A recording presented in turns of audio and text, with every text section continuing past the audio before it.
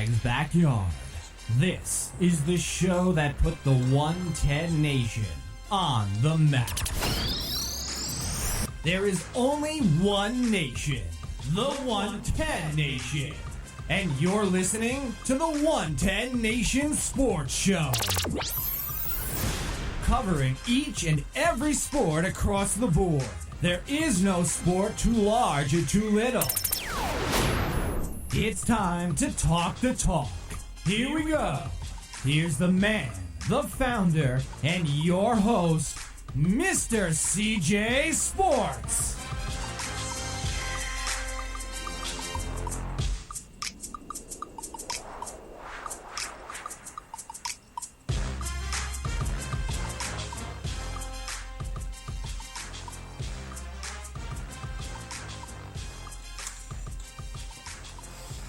I want to welcome everybody to the 110 Nation Sports Show. I'm your host, Mr. CJ Sports. Glad to be here on this Thursday night. You know, I originally had a whole different show planned, but for those that know that have been listening to the show all week, normally we have Racing with Big Sweat on Thursday nights, and what we have been doing is starting off two separate shows and then combining the shows partway through and letting the listeners, the 110 Nation listeners, be able to listen to both shows at the same time and then go our separate ways towards the end. Well, Steve Big Sweat Billmyer was in the hospital earlier this week, so he was unable to get things situated or really have the strength to do this tonight. So we put his show off for another week, and he'll be joining us next Thursday night. And then also, with that going on, I'm in the middle of a move, and we got to the end of this weekend to get everything out of here and get moved into our new place. So we're running around here trying to get things packed up, get things situated so we can make runs back and forth before we make the heavy stuff move this weekend. So with that being said, and plans being changed, originally I was going to... We originally was going to have the combining of the two shows. Then I was like, well, you know what? I'll just do a regular show. But with everything going on and our time running thin, what I decided to do in preparation for the return of Racing with Big Sweat and the return of Sam Edwards to the show, to the network, I wanted to play an old show that we did, a show that myself, Big Sweat, and Chris, Yellow Caution Flag, Creighton, all were on. We had a great time, and actually it starts off kind of funny because we had a little bit of technical difficulties, and listening to how Chris described one of us, I forget it was me or Chris, I think it was Chris, that described what Steve sounded like is hilarious, and it's right at the very beginning. But we had three great guests on. We had a great time that night, and so what I want to do is we're going to play this so I can get back to working on what we got to get worked on here. So we'll be back on 100% live tomorrow, and next week we'll have Racing with Big Sweat back with us and everything. We got a lot of things here at the house. As a matter of fact, we was planning on getting the big stuff moved tomorrow and Saturday, but it looks like we're going to get it pushed to Sunday because even though we're only like 3 minutes away, well, maybe 5 minutes away from the other house, the internet company and the cable company are all different, and the electric company is all different, which it's more important about the electric the cable and the internet, because we thought we was going to just be able to call them and have them come get the stuff on Saturday and take the stuff over there on Saturday, so it didn't interfere with our Sunday race. Well, now that doesn't look like it's going to happen, so now we need to set something up for the other company to come out on Monday. So I think we're going to be here until Monday, but have a very few things in this house to include the studio, so I can do the show Sunday night and Monday morning. But you guys can follow me at CJ Sports 1. You can follow the 110 Nation at 110 Nation. You can check my fan page out, Mr. CJ Sports. You can check out the 110 Nation.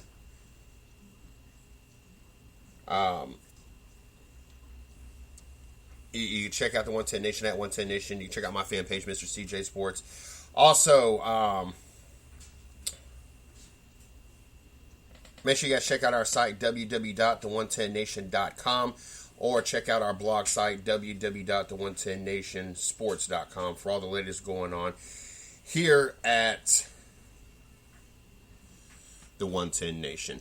But without any further delay, let's get into this show. Like I said, make sure you pay attention to the beginning. We had technical difficulties at first. I'd actually clipped out the very first part, but I don't know how long it was. It was a few minutes long, and I didn't want that in the show, but it picks up right where we're trying to get things situated, and it's rather hilarious. We had great guests on that night. I believe we had 2 or 3 great guests. I will wrap things up after we wind things down here. We'll have a few minutes left over at the end of the Racing with Big Sweat segment.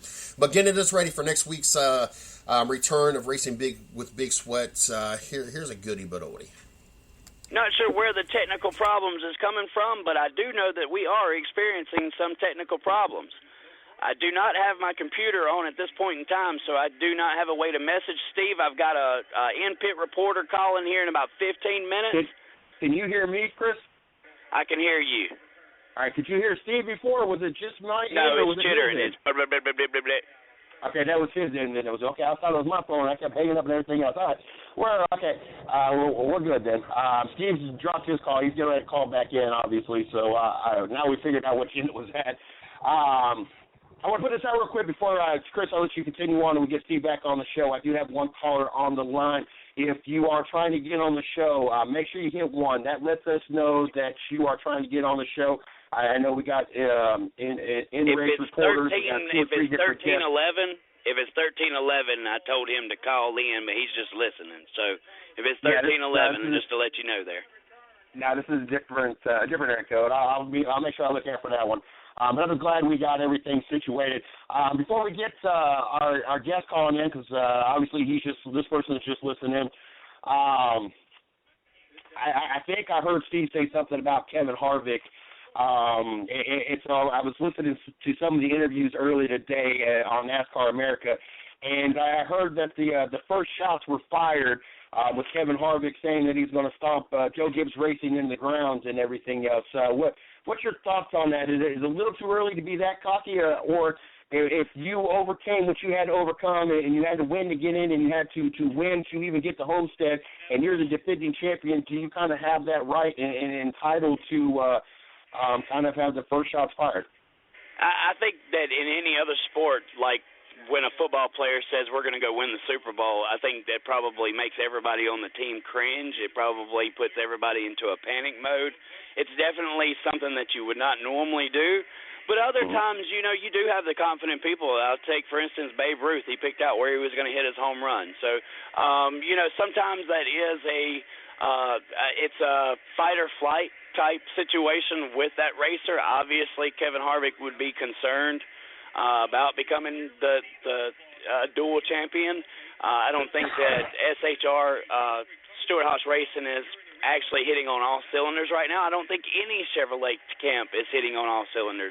I think for the first time in many, many years, the Chevy camp is outside looking in because most of the time they've been the pretty dominant fashion when it comes down to the chase.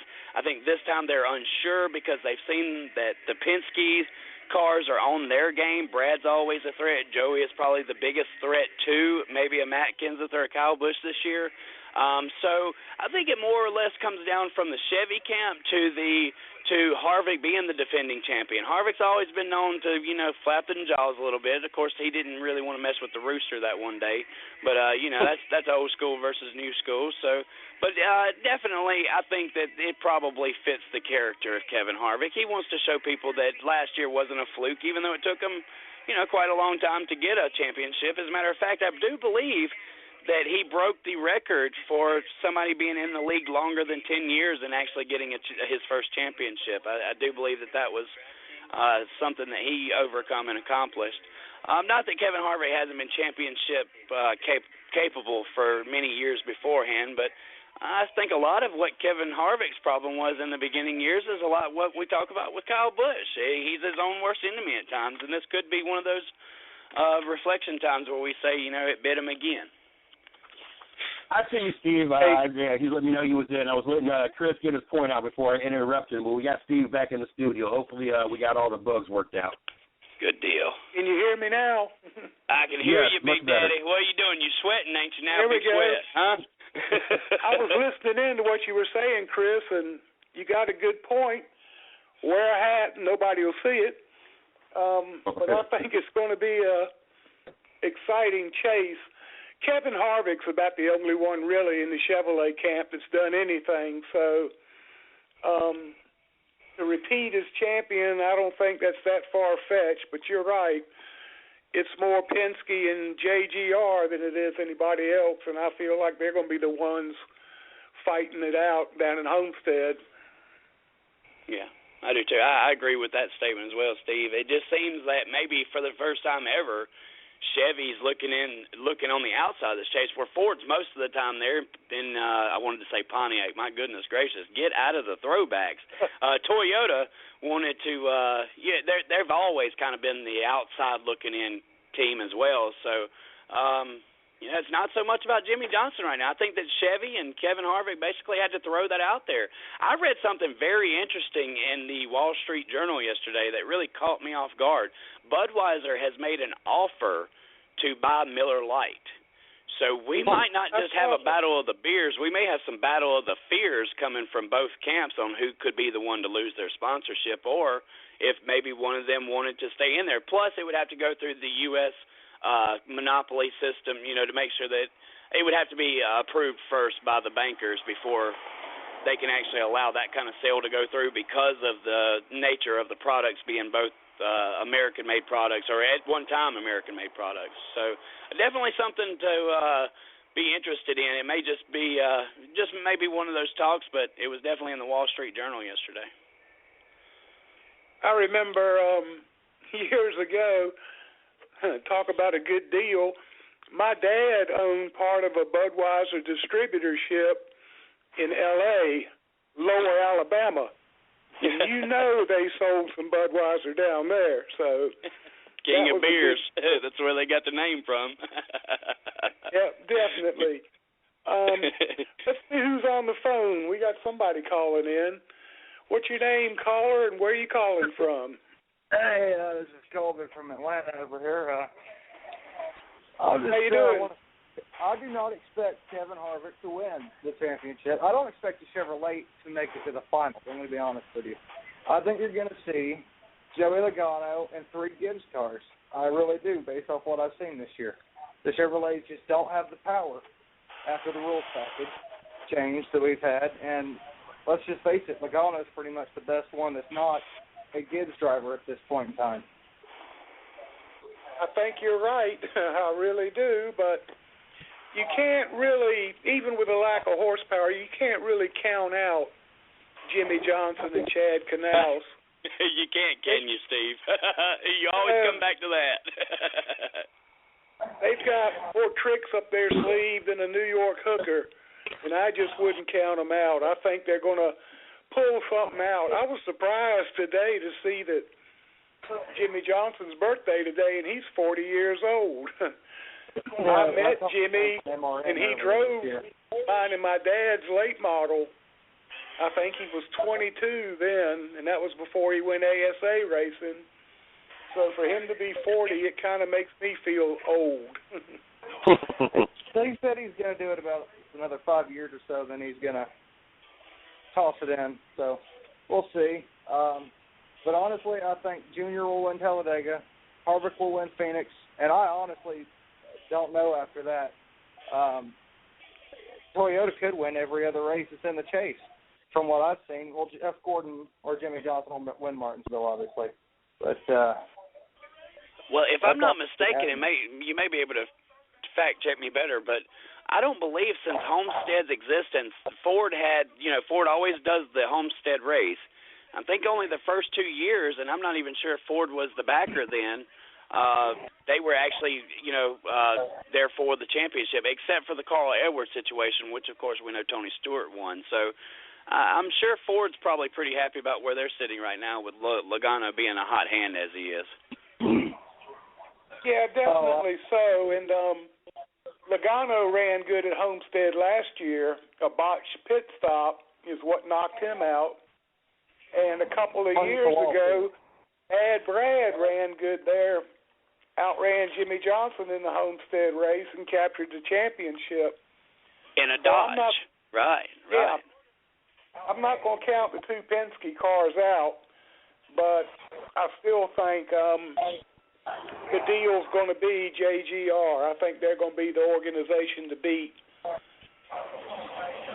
I have my pick for the championship already lined up. I think Matt Kenseth's going to come back and get his second championship. I really do.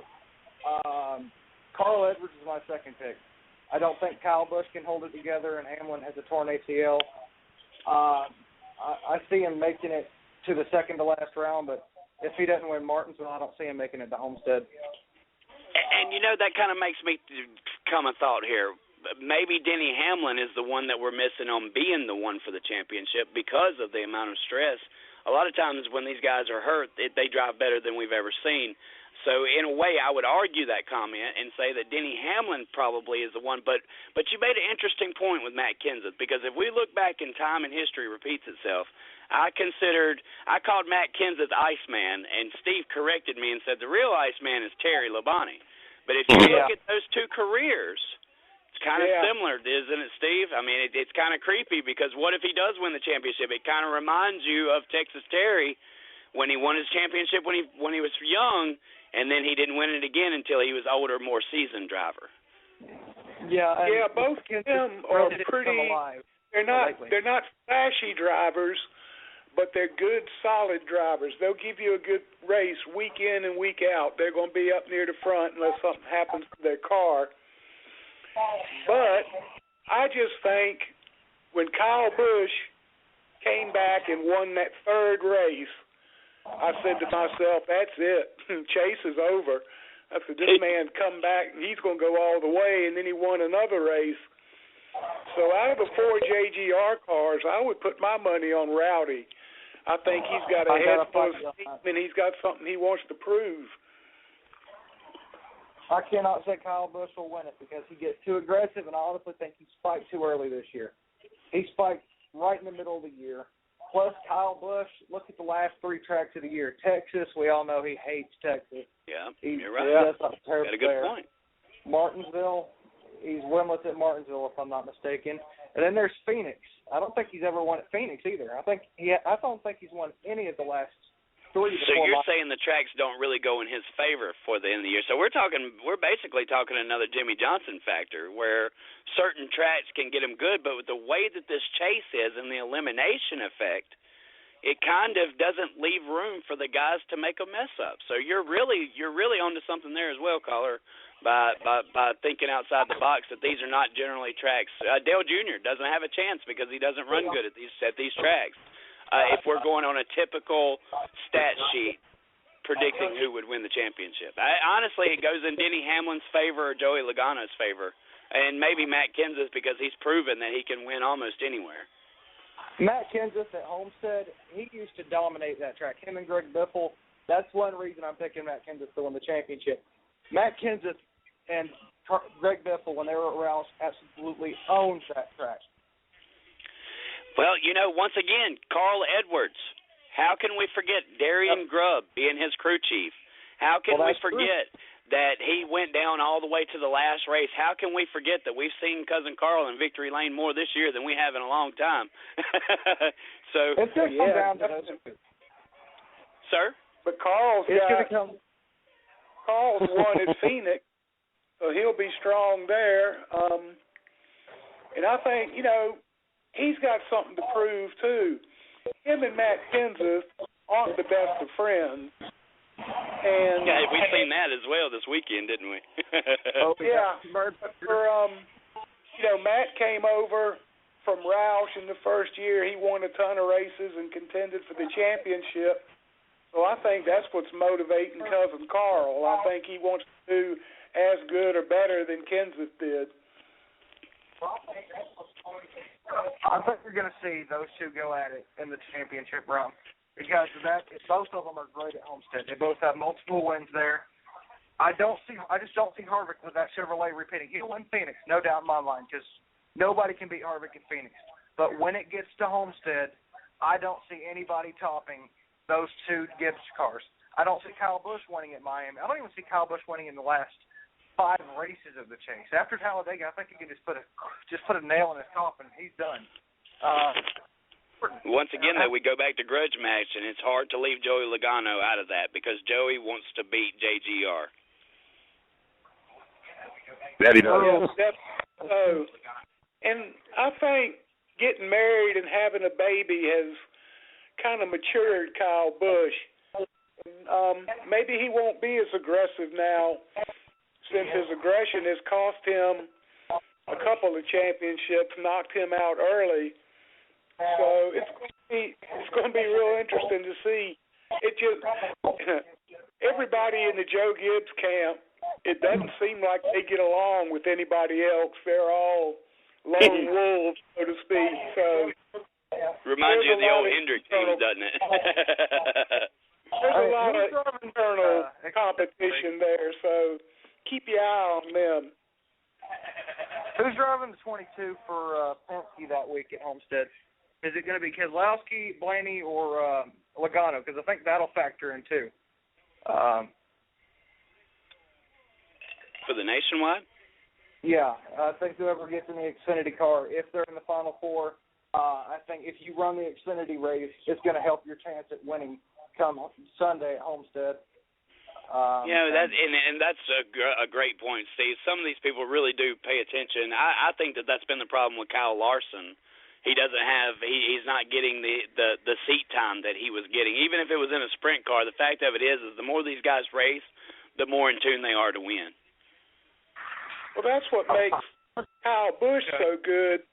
Is he would run the truck race on Friday, learn about the track, learn what the track was doing, and apply that knowledge to the Xfinity race on Saturday, get more information on the track and everything to back up what he learned on Friday. So by the time Sunday rolled around for the Cup race, he was ahead of the curve on a lot of the other drivers. He had a better grasp of what the track was going to do, how the tires were going to hold up, things like that. And that, I think all that together really helped him. He's not running as much now as he did, but I think that's what made him so strong a few years ago. Right.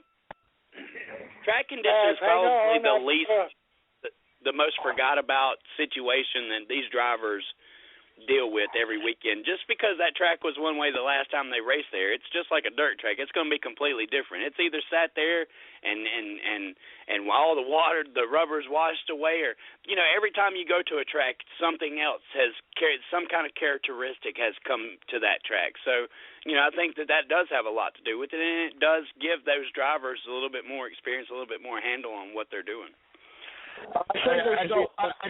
I don't want to shift directions or anything, but we got a few things we got to take care of. Caller, I want to thank you, first of all, for calling in. We got our first guest that is actually in the studio. I want to go ahead and get him in since we got him scheduled. I also want to make sure that I plug also Snafu Seasoning. Make sure you guys check them out over at www.snafuseasoning.com. That's SNAFU seasoning.com. They help make all this possible. I wasn't trying to cut off the guest or anything, and I'm glad that you called in, and I hope you continue listening. But we got a few people that we got lined up that we got to get into real quick, and Scott is the first one. Steve, go ahead and take over.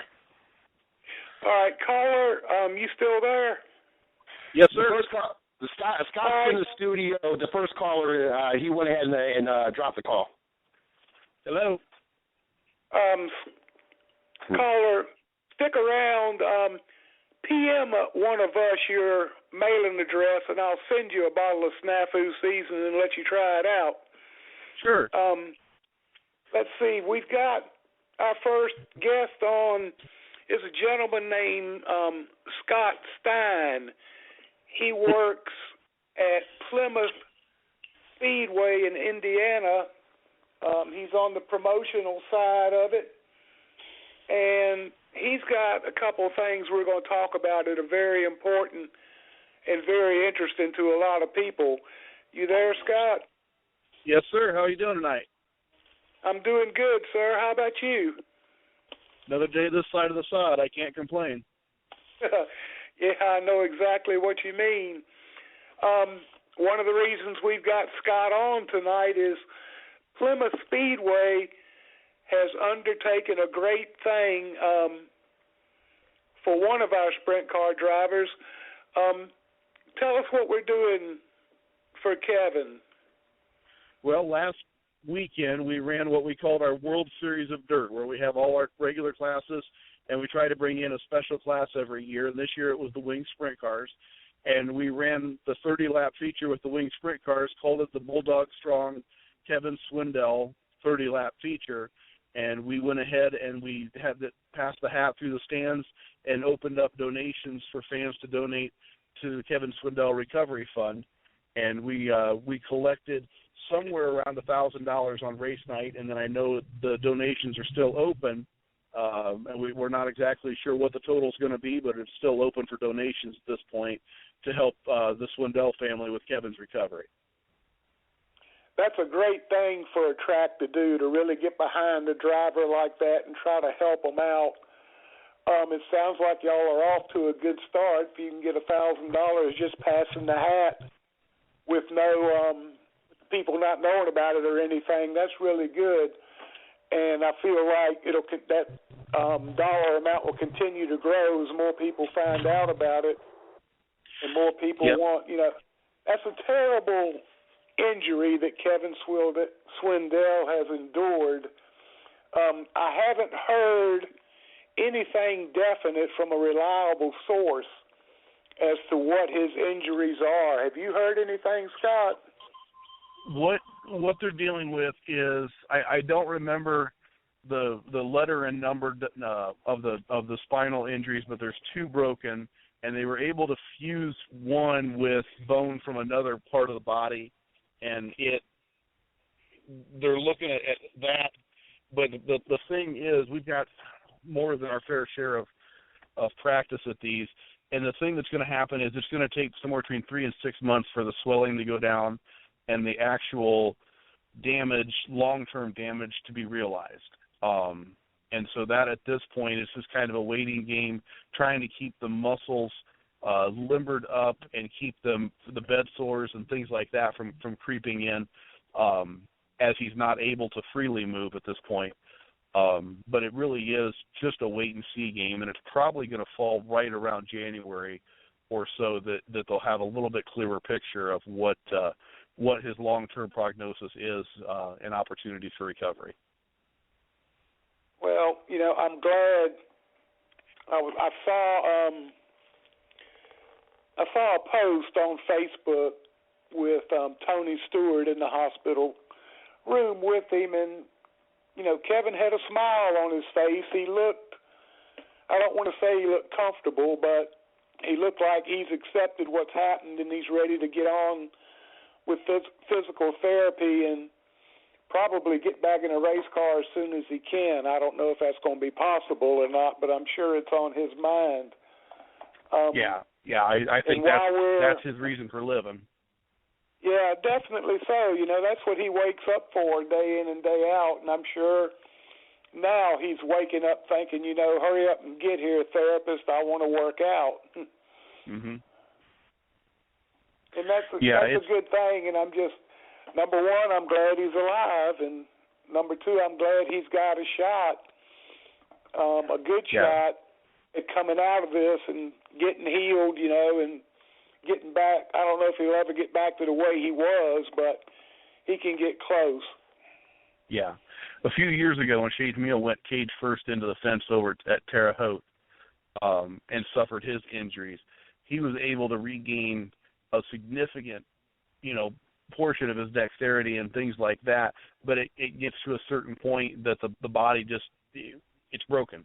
And that's what Shane has found out, and his outlook on life and things like that with the 56 Great Clips cars and that kind of thing.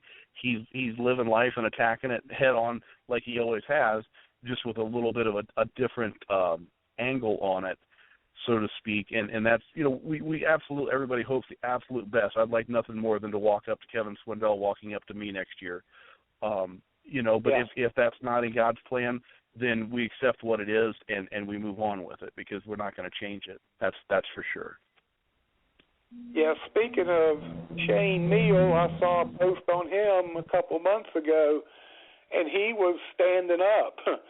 Mm-hmm. And they were, he's going through physical therapy, and he's been in this condition for a couple of years now and hasn't given up yet. And welcome to Blog Talk Radio. Please hold and you'll be able to listen to the show.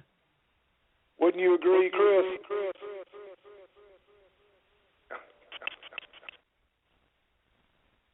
Hello? Anybody still there? Can you hear me? Yeah, Hello? Hey, Steve. You hear me? Yes, sir. I hear you. I was actually outside the studio here for a minute, Steve. What I'm doing is arranging the in-pit reporter. So I've been in contact with them to hold them back. So I completely missed. I know we're talking about Kevin Swindell, and trust me, there would be nobody that would be more happy to see Kevin come back in full strength than the Yellow Caution Flag camp. But definitely, I know he's got a long way to recover. Yeah, it's going to take some work, and we had touched on Shane Neal, that he's really working the therapy and really trying to get his he's an abilities. inspiration. He is, Steve, definitely. Yes. Shane is an inspiration, and we follow him and his mother on Facebook, and just the progress, and he's done already what people said he could never do again. So we definitely don't want to take away from what he's accomplished. And for those that don't know, Shane's father, Steve Neal, was Mark Martin's crew chief early on when Mark was at Ralph's Racing. And Steve he's a hell of a crew chief. He's real sharp on handling and everything. The amazing thing is we've talked about Kevin, we've talked about Shane Neal, two gentlemen that are not exactly all there. They're having physical problems, and that's going to tie us into another driver having the same problems but doing a little bit better. His name is Eric Saunders. Tell us about him, Scott. Eric Saunders is a mini sprint, 600cc mini sprint racer there at my track at Plymouth Speedway. And about 4 years ago, he grew up in motocross. Tony Stewart actually owned his motocross stuff. And when he was about 17, I think it was, Eric suffered a practice crash incident and broke some stuff in his back, and he's paralyzed from the chest down.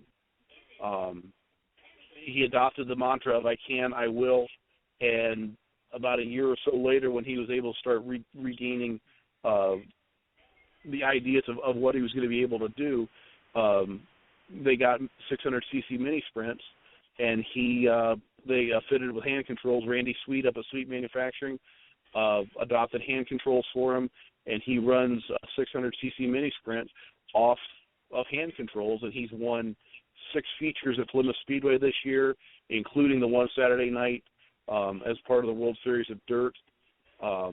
He's in a spike chassis, and it's a potent little car, but he's the nut behind the wheel that makes it happen.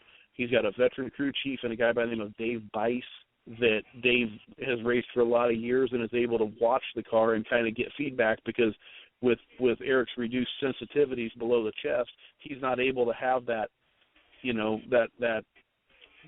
seat of the pants feel that we always talk about. Yeah. He doesn't have that. So they're able to, between the two of them, discuss what the car is doing, what one man's seeing, what the other man's experiencing as what he can.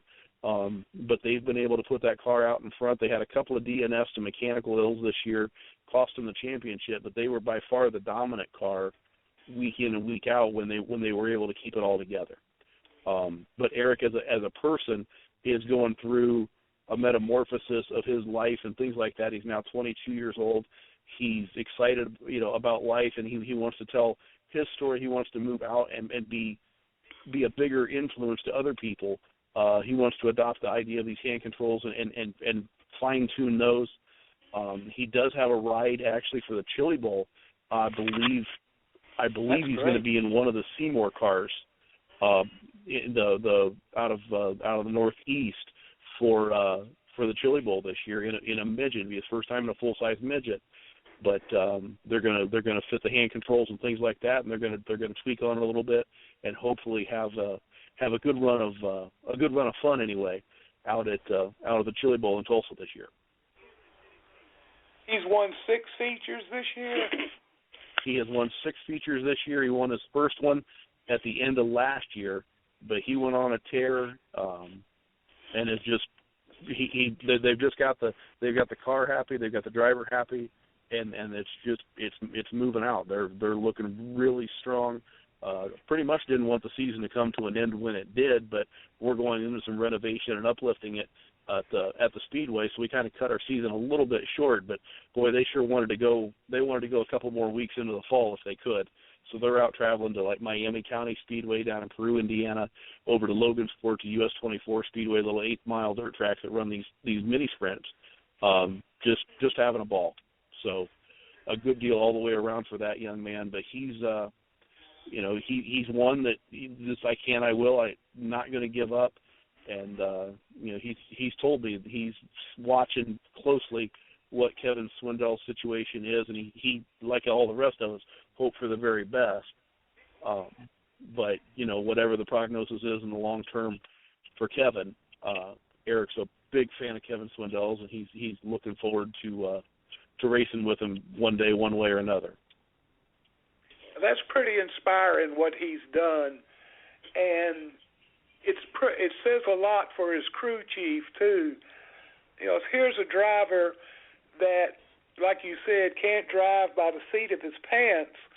The only feel he's got for that race car is in the steering wheel, and so he's got a crew chief that's very experienced that can read the tire temperatures and watch his car go through the corner, and he can determine how the car's handling just from that and make the adjustments, and then with the driver's feedback know whether he went the right way or not. Oh, it sounds like he's got a good combination going, and I wish him all the best.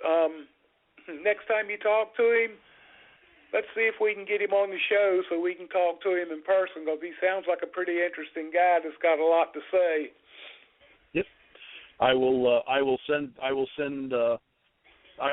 get you guys information back and forth, and we'll make that happen. Absolutely. So that'd be great. Like I said, I'd really like to talk to him and everything. Mm-hmm. Plymouth Speedway, I'm not familiar with, but it sounds like a great place that y'all do a lot of extracircular activities outside of just holding a race, but I really like that one, Steve. Extracircular activities. I love it. Mm-hmm. Yeah, I'm taking that one. I'm claiming that one myself. Definitely. Tell us a little bit about the track, Scott. What size is it, and the banking and all that? Well, we opened as a pavement track back in the mid to late 50s, and just located about 25 minutes or so south of South Bend, Indiana, about an hour and 45 minutes north of Indianapolis. A short 3/8 pavement track, and we were pavement up until about the 2010-2011 season. We put in a short infield dirt track, and so we had dirt track and pavement on the same piece of ground, and then we ran somewhat with that, and Tony Stewart come by one day to run the race, and he said, I can't wait to come back next year when you got the dirt all the way to the walls. Fans went nuts. We looked at it and said, we probably ought to do that. So we went ahead and put dirt over the whole facility in 2013, and we haven't looked back. It's been a learning process. At one point, we had 7 pavement tracks all running on Saturday nights within 90 minutes of us, and we were just splitting car counts up. We couldn't keep doing what everybody else was, so we were the first ones to jump ship, and we went ahead and we went to dirt 25 years ago over in Warsaw, Indiana, there was a Warsaw Speedway that was dirt. It closed. A few years later, there was a track up at Avila that was dirt, that was pavement back and forth. It ended up closing. So we were really kind of at a void for dirt tracks in northern Indiana. Crown Point Speedway closed, and so we were out of dirt tracks. And so we saw the need for it. We brought it in, and it's been successful. We've had growing car counts every year. The fans really have embraced it. We've carried over 12 to 15 probably drivers from the pavement days over to the dirt track days, and we've brought in a bunch of guys that are dirt track guys. The fan base, we've brought in some new fans, but a lot of the pavement fans from Plymouth Speedway have stayed around. It's just a mix of old and new, and we're into some really good play right now that we found that we're trying to get a good grip on. But all in all, it's been a good season of racing.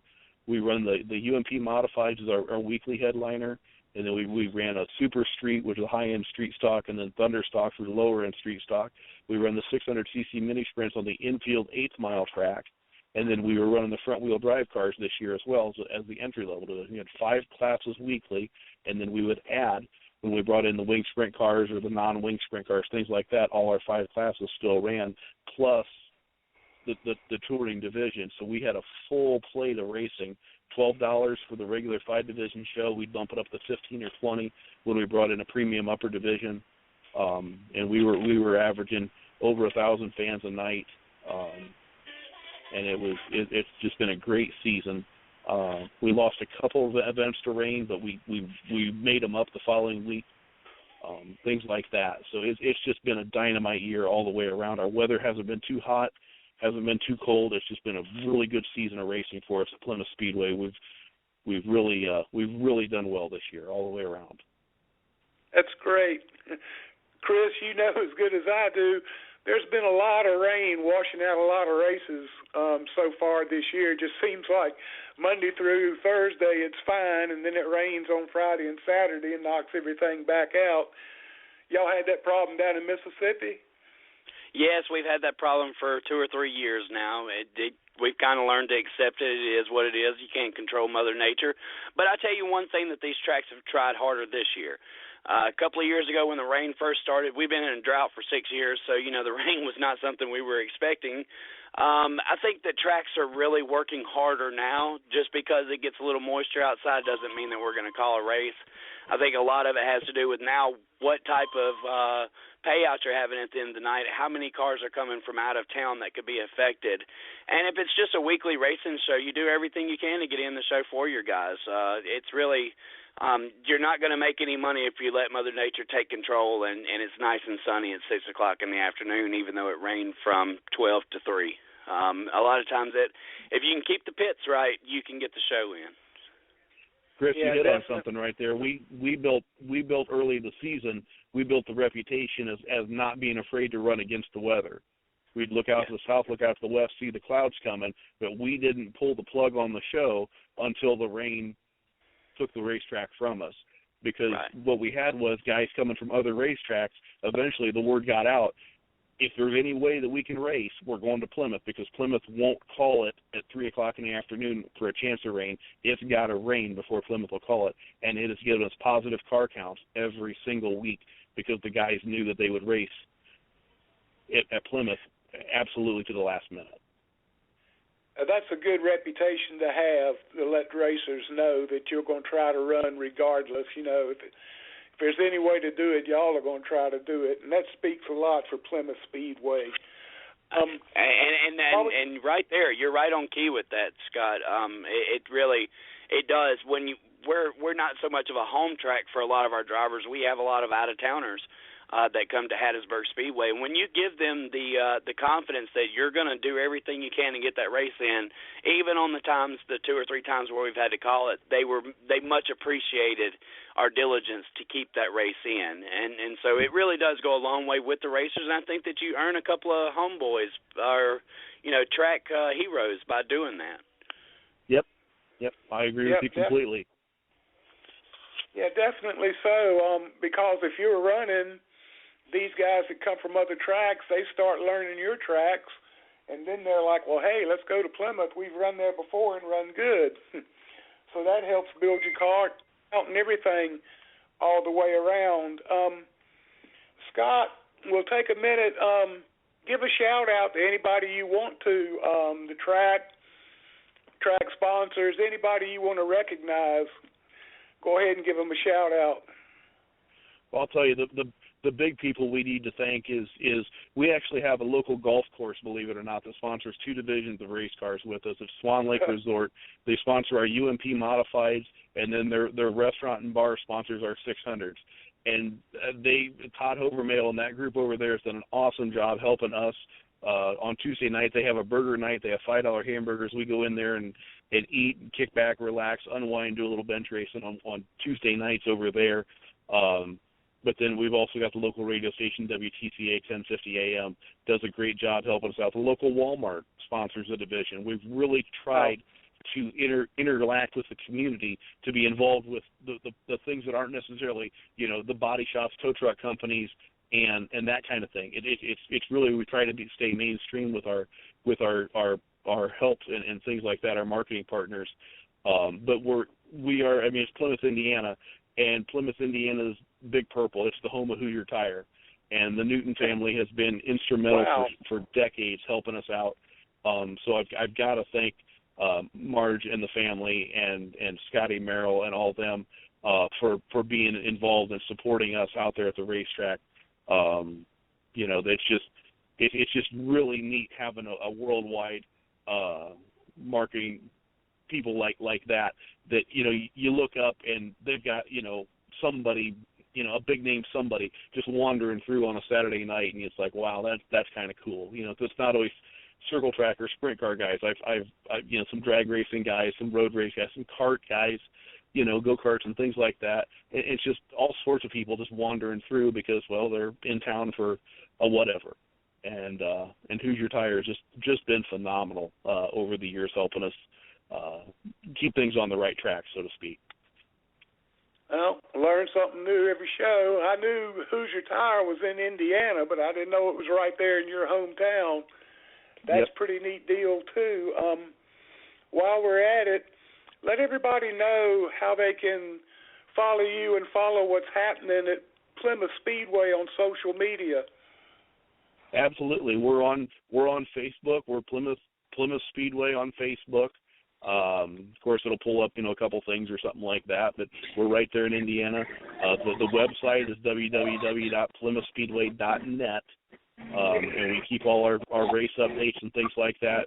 Being finished with the year, the next big thing to come along there is going to be our construction, our renovation and upgrades to the facility. We're going to be putting a ton of pictures on there, a ton of video and that kind of thing, because we've got really ambitious plans going into 2016, and there's a lot of people kind of close to me that don't believe that we're going to accomplish what it is we're going to accomplish, but we're going to do it, Steve, and that's the trick. We've got to prove to it, people, literally as you're doing it, that it's happening, and we're looking forward to that. There you go. That'll give you a little bit more motivation. You just want to prove them people wrong. Scott, I hate to cut you off, man, but I got a couple on the phone and another guest coming in the studio. I do appreciate you coming in and telling us about Plymouth Speedway. Very glad to hear y'all trying to help Kevin Swindell out. That's big. That's really big. And absolutely. We'll try to get in touch with Eric Saunders, and maybe I can get him both same night. Sounds good, guys. I appreciate your time, and you guys have a good night of racing, and we'll catch up to you real soon. Thanks a lot. All right. Come on, Scott. It's good talking to you. Thank you. Steve, we got a few people in the studio. Well, what I'll do is we got a special guest that wants to say hey to everybody in the studio, so I want to get him in real quick. And we got our in-pit reporter and our next guest in the studio as well. So let's go ahead and get the special guest so he can shout out real quick. Caller, you're on. Okay, how's it going, guys? Glad to be here. How about yourself? All right, Big Fred. Hey, this is Big T. Oh, my man, Big T. How you doing, bud? All right, man. I'm doing good, man. I was just wanting to call in and say hi to everybody, and I was listening to the show, and say it sounds good, and you guys are doing a great job. Like I said, I'm just right up the road from you. We like hometown boys, you know. Yep. I've known Big T and I have raced together and been friends since he was Little T and I was Little Sweat. We've been around. And they don't call him Big T for nothing. He's a good man to have covering your back at the racetrack. Trust me on this. Tell us what track you usually hang out, your home track. Tell us about it a little bit, Big T. Okay. Yep. I live in North Carolina, and I hang out at Orange County Speedway. That's in Rougemont, North Carolina. It's a 3/8 mile track, asphalt. And I've raced there, worked there, spent most of my life there since I was about 7 years old. And so I've been involved with racing, you know, pretty much all my life, and my family has too. We kind of got out of it because, you know, the money situation, we didn't have a lot of sponsors. But we forked out the money ourselves out of our own pocket, and you know how that can be.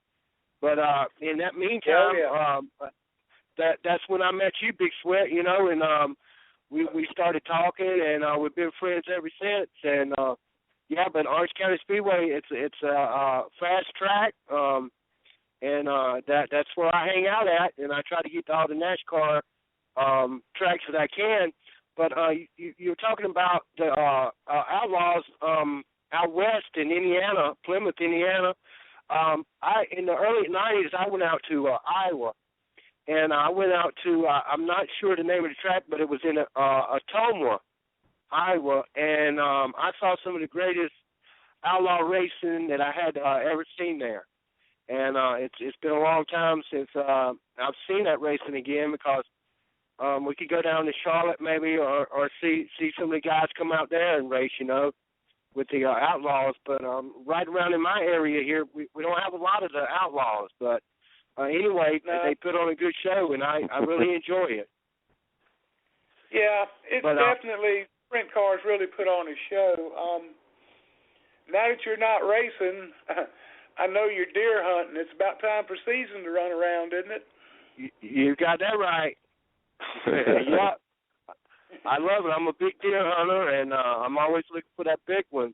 But, yeah, we're going to have to get together, Big Sweat, and I'm always like listening to you guys and listen to the show. And, you know, we got our NASCAR and Other Racing on Facebook.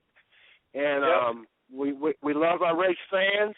And we continue to keep doing good there and getting all the fans we can get, because we love racing. I love racing. And I'll always love it. Definitely so. Big T, I appreciate you calling in, bud. And yes, sir. Save me a couple pounds of deer meat for my chili I make. Okay, I'll be getting with you now. I'll hit you up, man, and I'll be talking to you, okay? And the rest of you guys, y'all take care. And I'm always listening, and good luck with everything, okay? Yes, sir. Big T. All right, keep on racing. Keep on racing, buddy. All right, man. That's Big T, Tony Richard, good friend of mine. I see the boards lighting up. Who else we got in the studio? Next we got our in-pit reporter. We want to go ahead and get them on. Then right after that, we got Ryan hanging out in the studio, and we'll get him on the show. Good deal. Tell Ryan to hang on just a minute, and let's chat with the pit reporter for a second. You there, all right, bud? now coming on the board here now is Erin Holly from YellowCautionFlag.com. She's at Why Not Motorsports Park for the state championship race this weekend. Erin, you hear us loud and clear? I hear you loud and clear. This is your debut on a radio show. I don't think you've ever been on one before, have you? No, sir, I have not. This would definitely be my first time, and it's quite nerve-wracking, to be honest with you. Now, Erin, how many cars is it? Go ahead, Steve. I'm sorry, is this the same young lady that you guys posted a video and she was doing an interview in one of the drivers? Yes, sir, it is. Okay. I just want to put a face with a voice. That's right. Oh, man. Aaron, part of our deal here on Racing with Big Sweat, we get all our first-time callers. You have to sing your state fight song, so bring it up, let's hear it. Oh, no, y'all don't want me to sing. Give them a roll tide, darling. Miss Holly, how many cars are there, and what's the big weekend? All right, here I would have to say we have an estimated around 35 cars. 35, roughly 40. It's a good car count for sure. And this is for practice, right? What's going on this weekend? Well, right now we're going on into practice. We have currently we have actually Monty Skinner going on to the track right now, and he's gonna run his laps, test out his tires, and then for the next 2 days, which is gonna be Friday and Saturday, we're gonna have a night full of some action-packed racing. Good deal, Lucille. I have got now, to is it very many street stocks or modifieds? What seems to be the heavier car count? Well, we actually have quite a good count of hot shots and modifieds. Brooks Strength, Monty Skinner, we have quite a few of those cars.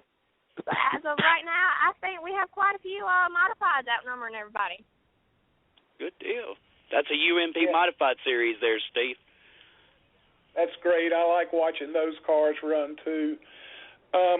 Let me ask you, Aaron, what got you interested in round track racing? What was your beginnings? Well, I got my beginning there just being a kid on the sideline, watching them race, towards the checker flag. The adrenaline of it, just the air of the community and the family fun of it is really what got me into it. And just now being able to walk around and interact with all the drivers and get to know their background stories is definitely worth it all. It's definitely something that I would want or recommend people would be getting into with their families. I have a quick question, and it's kind of off the wall, but it's related to her and what she does. She said it was rather nerve-wracking to come on the show. I watched the video, and that's why I asked that question. You seem to be very calm and very confident in what you were doing. So as being a reporter, how does being on the radio seem to be more nerve-wracking and then doing it in front of a camera? I'm just curious because I've got to experience you both ways now. Well, being the interviewer, I kind of have more of a feel of the questions that I will be asking, kind of more of how the conversation will be going. Being on the radio, gotcha. I'm kind of behind the scenes. I don't really know what will be asked or, anything else like that. So I'm nervous, but I'm going with the flow of it.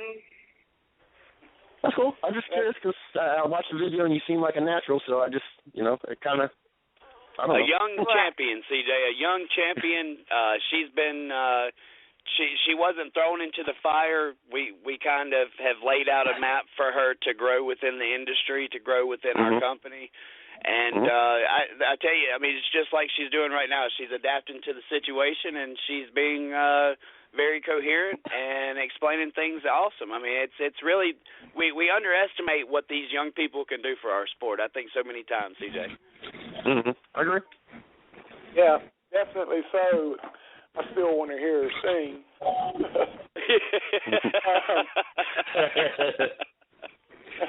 Aaron, it's really neat talking to you, and since you're following stuff down there at Wyatt Speedway, call back in. Let us know what's going on. If you talk to anybody or got any good stories to tell, call us back and come on the show and tell us what's happening down there at the racetrack. Can you do that for us?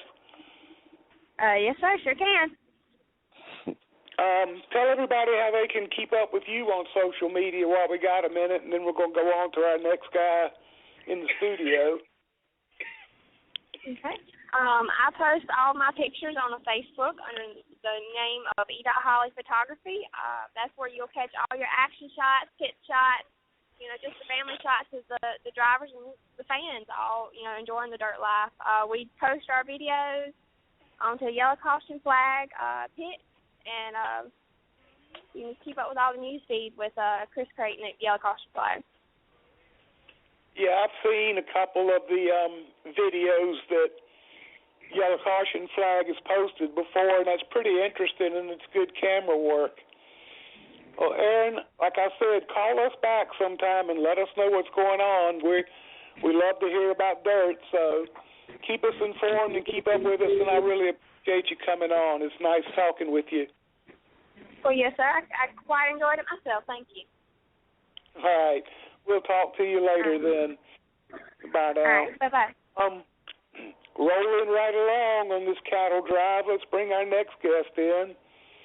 This young man is a hot shoe from Texas who not only runs asphalt late models, he also races asphalt modified. So he's got his hand in a little bit of everything, and he's down in Pensacola, Florida this weekend running a big money race down there. So let's hear what's happening there. Please welcome Flying Ryan Luza. Ryan, you there, bud? I'm here. Good deal. Glad you could make it in with us. First thing I wanted to ask you, how old are you? I'm 19. I turned 19 about a month ago, into August. Cool deal. I knew you were young, but I wasn't sure exactly how young. What's your home track down in Texas? Houston Motorsports Park is the closest one, but it shut down this year, so we haven't been doing too much racing there. Yeah, we ran 3 races that were scheduled, and then it shut down, and that was racing the modifieds. So now the closest track right now is in Austin, Texas, and that's about a 3-hour drive. So, Houston is about 30 minutes, so we're having to drive a little bit further to go race, but that's okay. We love it enough to go do it, especially coming down here to Pensacola. Yeah, definitely. So how's the weather in Pensacola? Oh, it feels good. We're not quite in Pensacola yet. We made a little pit stop here in Mobile. They're inside eating some Hooters, and that way I could do my interview without a bunch of people talking in the truck. Good deal, Lucille. What got you into racing? How young were you when you started, and what class did you start in? I was 5, maybe a little younger before I turned 5, but me and my dad and family, they've been involved in racing for, however, just, that's what they're interested in, and we went to some go-kart races and Waller. There used to be a bunch of dirt tracks anyways, and unfortunately those have shut down as well. But we started doing go-karts, and 5 years old, we did good locally. And, 8, 9, or 10, we started going nationally, doing some go-kart races and doing really good. And, we just kept stepping up, step to step. So from go-karts to Bandoleros, which I did not like. I don't recommend Bandoleros to anybody. And then to a Legend car, which is really fun. And now we're doing Pro Late models and Pro Modifieds. Yeah, Legend car is a good car to learn in because the power to weight ratio is so high you can't just mat the accelerator to come off the corner. You got to learn to really work the throttle.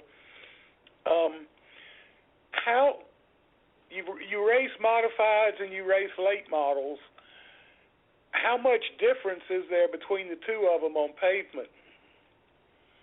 There's quite a big difference. We're running the same motor, so there's no difference as far as power, but you got to think about on late models we run a 10-inch slick Hoosier tire, but in the modifieds you only run an 8-inch tire.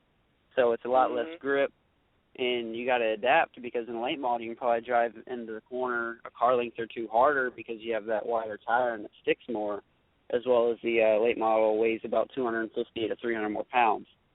So it's a little bit of an adjustment, but I like to think I'm making the adjustment well. Sounds like it. How's your season gone with the late model so far? We're doing great this year in the late model. We're running mainly for points here at Five Flag Speedway. We've had, I believe, 7 races this year. We've had 3 wins, actually 3 wins in a row now, and our worst finish is 4th. So we got a good points lead. We're down here for the final regular season weekend. For the championship, we have a 74-point lead to be exact, and we're looking to close it out here. Good deal. I wish you all the luck. Sounds like you've been spanking some ass down there at Five Flags. I didn't mean to say that. Not. Yeah, that's great. So what's your future plans? What are you hoping to shoot for? Really, super late models, the Southern Super Series type deal, or ARC or K&N. But really, the situation we're in right now, it just all depends on sponsorship. I'm so sure you hear it all the time, but you just got to have sponsorship in racing because it's so expensive. So we're just trying to impress at this level, hoping to get seen. Maybe pick up a big sponsor, and from there we can take it even bigger next year. And that's really the goal right now. Good deal. Tell your Uncle Eddie get off that pocketbook, help you out. Yeah. I ain't doing too well right now. I know he hurt his knee at work or something, so he's been at home for a while. But I definitely miss him at the racetrack, and he'll be coming out this weekend for the big week. Oh, that's good. He's like, from what I've seen on Facebook and everything, he's like your biggest supporter. And I wanted to give a shout out to him. He keeps me informed as to what you're doing, and tell him I said hi and tell him I appreciate all the info. So you're looking to go up into K&N. Do you anticipate much difference between that series and what you're running now? I know they do a little bit more traveling and everything. What's your feelings on that? I really think we can excel. I mean, we've excelled at every step to this point. It's going to take adapting, just like everything you do in racing. A little more horsepower, heavier car, more like a stock car. So that'll take a little bit of getting used to. But I mean, I'm ready for the challenge. I bet you are. Are you going to stay in Texas, or are you going to do like most everybody else and move to North Carolina to Charlotte? Oh, I don't know right now. I'm attending a community college here in Texas. But if the opportunity presents itself, I will pack up my bags and move straight to North Carolina in a day. So I'm ready. Whatever it takes is what I want to do. They wouldn't have to ask you twice, huh? No, sir. He's a cool kid, isn't he, Chris? And I don't mean kid in a negative way. I'm just, I've got Levi's older than you. A bit of an age difference there. Tell us what's on your mind, Chris. Oh, nothing. Just great to see another young talent. He's right down the road from us. If he's going to Five Flags, so good luck to him. Definitely, he's within our region. We haven't made it down there yet, but we're going to make our first asphalt tour for the Snowball Derby this year. So hopefully he'll be over there as well. Oh, awesome! Yeah, we'll be down there for we're not racing the Snowball. We'll be running the Snowflake. So hope to see you guys there. Good deal. Yeah, we'll have our media crew out there as well. So hopefully we'll get in touch with you there. Awesome. Yeah, there'll be some competition in the Snowflake and in the Snowball.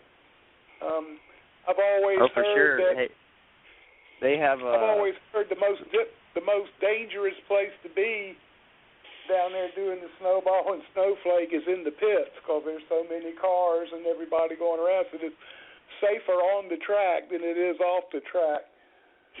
Oh yeah, they cram us in like sardines for sure. Yeah, I've always heard that, and always heard you got a big tire bill when you go down there too. Oh, for sure. We do our best to keep it at a minimum, though.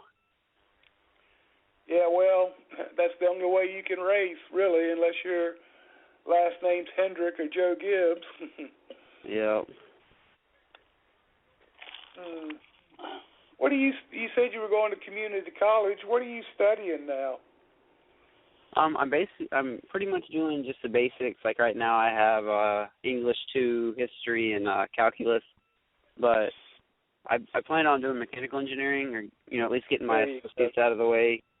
And that way, if the racing doesn't work out, I can go do some mechanical engineering and hopefully work on a race car or something. Because that's where I envision myself. I want to be involved with racing because I love it so much. So if I can't be a race car driver, I might as well try to work on some race cars, right?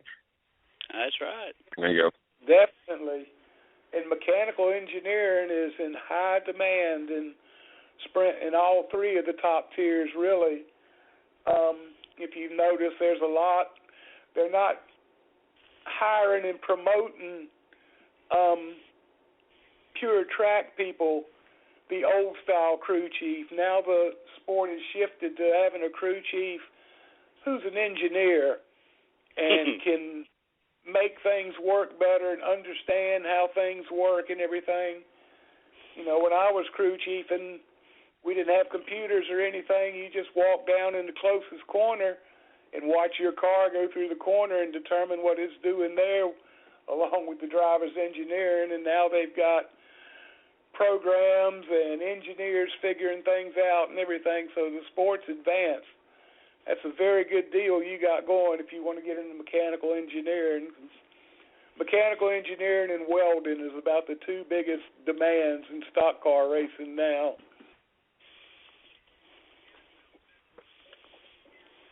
So when do you decide that that's the direction that you'll go?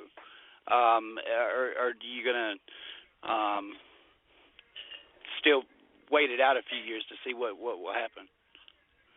I mean, I really don't know, but as of now, just keep going on the track that I'm on. I can keep taking some classes and just slowly work towards it. I'm not taking a full plate because it'll be a little bit too much, but I'm taking more than half. I'm taking 3 classes right now this semester, so it's not too much. I can at least continue racing, and I see us doing it for at least 2 or 3 more years, but really I'm just hoping for that break. And if need be, I can go back to school, later, but just really looking for that break, trying to find some sponsorship, whatever it takes.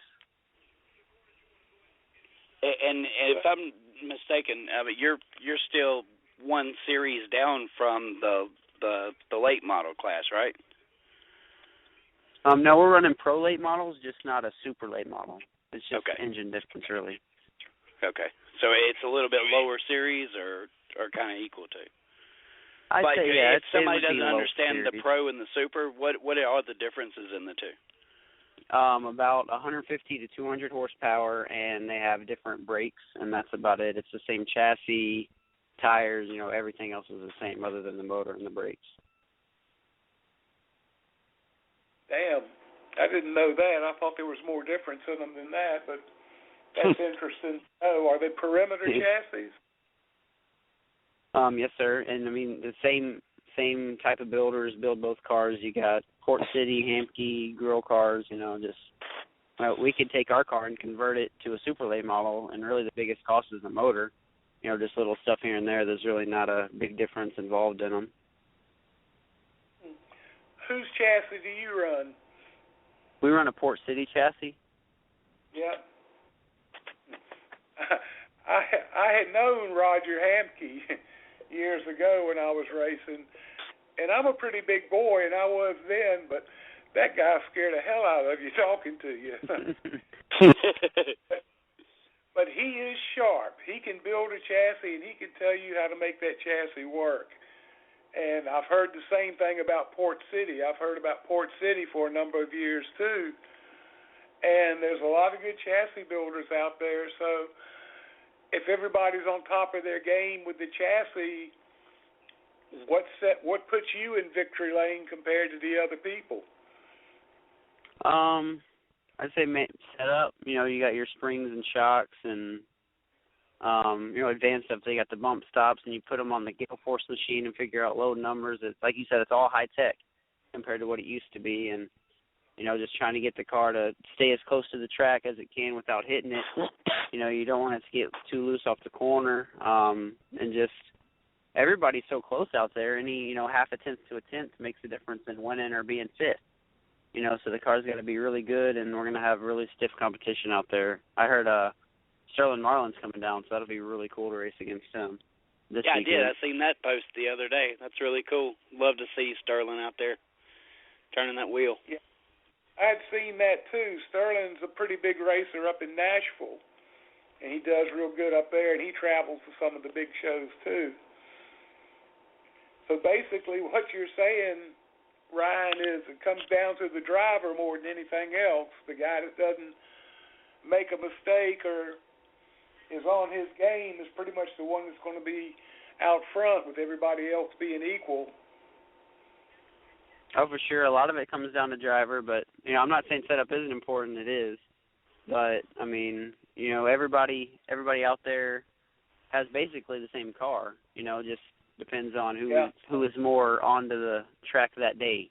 Who's best, with the temp, it makes the track slicker or, more gripped up. Whoever just keeps up with the track and makes adjustments through practice. You just got to stay up with the track and keep your car fast.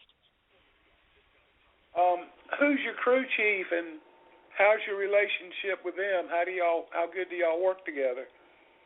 Oh, we work great together. He's my crew chief and my spotter. I gotta say, he's one of the best spotter I've ever had. He's a great spotter. His name is JC Umpshide, and he owns Umpshide Race Services. So he's actually already down in Pensacola. He's been putting the car together for 2 weeks now since it got wrecked. Last time we were in Pensacola. So he's been working really hard getting the car back together. Got the setup on it. Got us ready to go to practice tomorrow morning. Good deal. He's got the same mindset I had. I was the crew chief, and then when it was race time, I went up and spotted. Because if you're a crew chief sitting on the box, all you can see is the front stretch. But you get up there with the spotters where you can see the whole track, and you can see a lot more that's going on. You can see how your car's doing, what line other people are running through the corners, and if it's faster than your line. I've never really understood why Cup crew chiefs aren't the spotters. I mean, there's just not, other than the computer factor, there's just not a lot going on the box. I mean, That's the cheerleader factor. You know, Steve.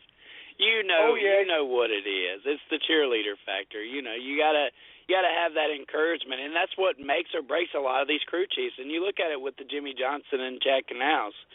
A lot of times, Chad or Jimmy is cheerleading the other.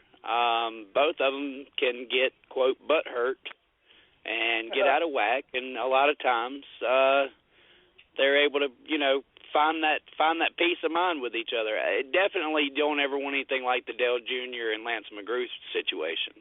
That's no help to anybody. But a lot of times it is that jail factor. And I think that's where the engineering comes in now, where the crew chief, was the buddies. Look at Tony Erie Jr. and Dale Jr. Yeah. They wanted to always work together, and unfortunately, when pressure got big, they found that they would have more success separate. I'm not sure if Erie actually had very much success separate from Dale, but even the same, it's all about that jail factor. But definitely, even in the lower series where he's coming from, it takes that communication level with your crew chief, and I admire the fact that he would go up and actually spot races and do stuff like that, because that makes him a better driver. Don't you think so, driver? Oh, for sure. I mean, he gets on me a little bit. You got to be strict. I can fit a bus in between you and the car under you, so he's getting on me, but he's also coaching me, telling me to save tire. For longer races, you got to keep the tire under you, just helping me out, because he has a lot of experience as a driver as well. So that's awesome to have too. He used to race late models and stuff like that. So, I mean, it's just a great combination we have going right now. Right. Yeah, that's a good deal. That kind of reminds me of when Timothy Peters was driving for me. Timothy was real anal about his car looking perfect and no dents and anything like that. I told him early on, I said, Timothy, I'll put right side sheet metal on this car every week. I said, but I ain't changing the left side sheet metal. That means somebody got under you in the corner and it got bent up because of that. And that's an easy way to tell him, don't let people get under you, hug that bottom line. That's right. And y'all were talking about Chad and Jimmy. they get upset sometimes, but most of the time they're real cool and calm on the radio. It's kind of like Jimmy could come on the radio and tell Chad, a meteor just landed on the hood of my car. And Chad would be like, okay, now, Jimmy, now we know it wasn't a meteor. The odds of that actually happening are 1 in 1 million and a chance. But if you'll bring it on into pit road here in about 5 laps, we'll check out. Hey, calm him down. Calm him down. No meteor landed on the hood of your car, even though there was one there. We'll fix it on the next caution. Don't worry, Dad. Just calm down. We can rebuild a whole car in 10 seconds. Absolutely. Off the beaten path, Ryan, who are you looking at to be good in the chase? I haven't really been watching as much, races as I usually have, but can't go wrong with Gibbs right now. I mean, they're so fast. They were 1, 2, 3, 4 last week, if I remember right, at Richmond. So I'm gonna go. Yep. I got to pick one of them. I got to go with Bush. I mean, I think Kyle's the best pick to win right now. Wow. I would so say Carl Edwards, or Denny Hamlin, but I mean, y'all are going with it. Y'all are going with the Kyle Busch factor. I just remind y'all, Kyle Busch is his own worst enemy. Oh yes, I agree. I think he has a lot of motivation here this year, though, after what happened to him earlier in the year, and how he had that 4-race win streak, and he was so close to getting that 5th too. That was crazy. And think about it this way too: we haven't heard very much meltdown from crew chief to driver, so maybe this has something. Maybe that has a lot to do with it too that we're overlooking. The communication between the driver and the crew chief. Yeah, if you ever watching the races, if you ever listen to Kyle on the radio, he is, in my opinion, the smartest driver out there.